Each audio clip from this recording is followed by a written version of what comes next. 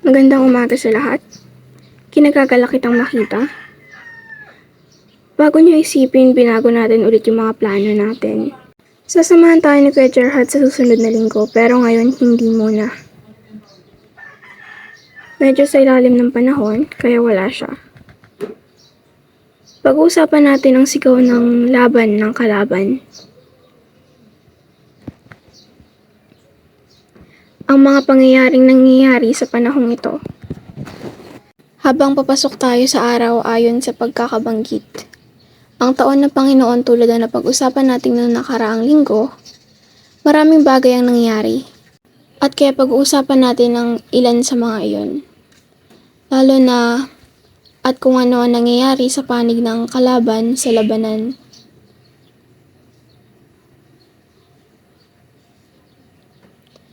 Para lang magsimula, gusto kong ipaalala sa atin ang setting na ating kinalalagyan. Pinag-uusapan natin ang Apocalypse 19, ang versikulo 15 ay kung saan particular na pinag-uusapan ang simbolismo na nakikita natin sa Horogilum. At lumabas sa kanyang bibig ay lumabas na may matalas na espada, na sa mamamagitan nito ay dapat niyang saktan ng mga bansa at pamahalaan niya sila ng isang tungkod na bakal. At tinatakpan niya ang alak, pintuin ang kabangisan at puot ng makapangyarihang Diyos. Napag-usapan natin na nakaraang linggo tungkol kung paano natin nakikita ang krus sa Horogilum. Paano tayo napunta sa ganyan? At na nagbibigay sa atin ng ilustrasyon ni Jesus. Dahil si Jesus ay binitay sa krus. Sa makatuwid kapag sinabi ito, may lumabas na matalas na espada sa kanyang bibig. Ang kanyang bibig sa krus ay nasa gitna. Kaya matalas ang espada, yung pendulum line. Kinakatawan ng bahaging iyon ng konstelasyon.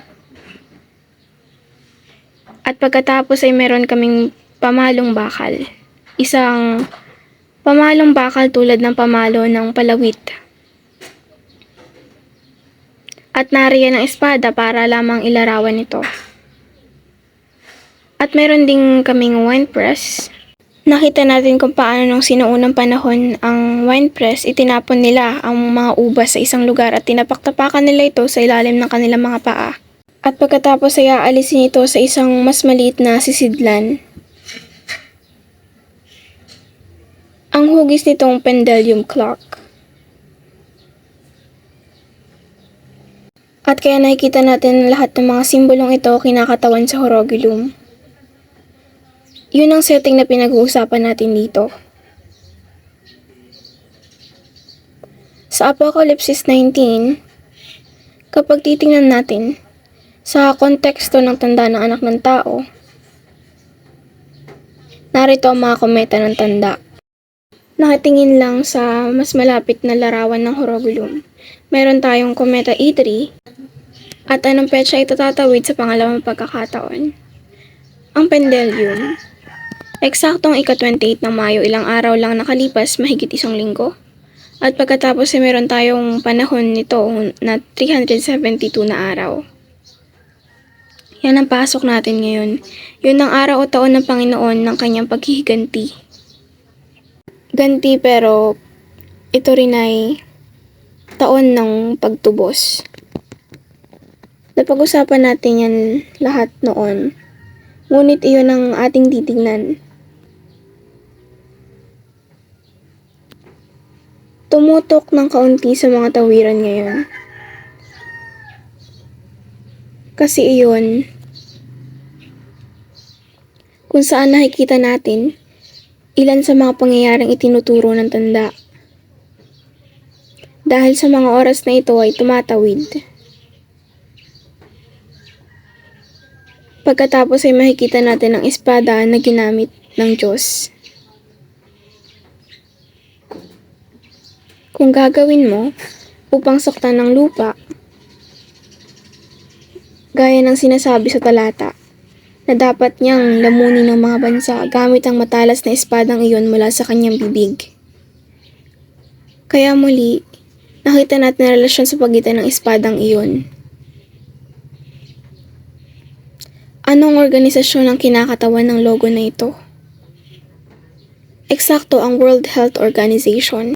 Nakikita natin ang relasyon doon kasama ang ahas sa poste at iyon ay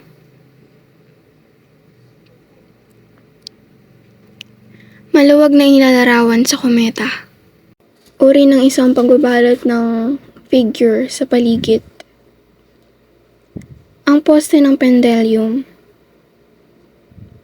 At dahil ito ay 6 na oras, 3 puntos ang nakikita natin kung saan tumatawid ang kometa sa 6 o'clock line na iyon. Unang dumaan dito, pagkatapos ay doon at pagkatapos ay darating sa paligid ng isang beses at kaya nakikita natin itong napaka-negatibong konotasyon na uugnay sa pendulum. At yun ay maaaring mukhang medyo magkasulungat sa una. Kapag iniisip natin ito ang espada na ginagamit ni Jesus, ginagamit niya sa World Health Organization. Nais kong ituro ang isang taludtod sa Isaias na nagbibigay sa atin ng isang pamarisan para doon. Dahil sinasabi niya sa pamamagitan ng propesiya, ang pamalo ng galit ko at ang mga tauhan sa kanilang kamay ay ang aking galit. Kaya tayo ay nasa panahong ito, ngayon ng galit ng Diyos. Ang galit niya kapag ipinapahayag niya ang kanyang galit at siya ay mga tao bago ang Assyrian. Ito ang kaharian ng Syria na dinala ang Israel sa unang pagkakataon. At sila ang pamalo na ginamit ng Panginoon. Ito ay isang pamalo sa kanyang kamay na dati niyang dinidisiplina ang kanyang mga tao. Naiintindihan natin na siya talaga gamit ang masasamang institusyong ito sa mundo. Tulad ng World Health Organization at ang mga konektado dito upang saktan ng mga bansa. Dahil ang mga bansa ay naghihimagsik at una sa lahat gusto niyang magising. Makikita rin ito ng kanyang mga tao. Nakatingin sa mga tawirang ito, ang unang pagtawid ay sa anong oras? Eksaktong ika-20 ng Pebrero 2024. Iyon ang araw ng nagkomento, lumagpas ang E3 sa linyang iyon. At sa pagitan ng dalawang bituin ng pendulum, at sa mismong araw na iyon, Martes, ika-20 ng Pebrero 2024, ang paglulunsad sa telebisyon ng Global Initiative ng Digital Health ng World Health Organization na ginagamit ng Diyos ang orasan para ituro. Sabi nga, pansinin mo ang nangyayari dito.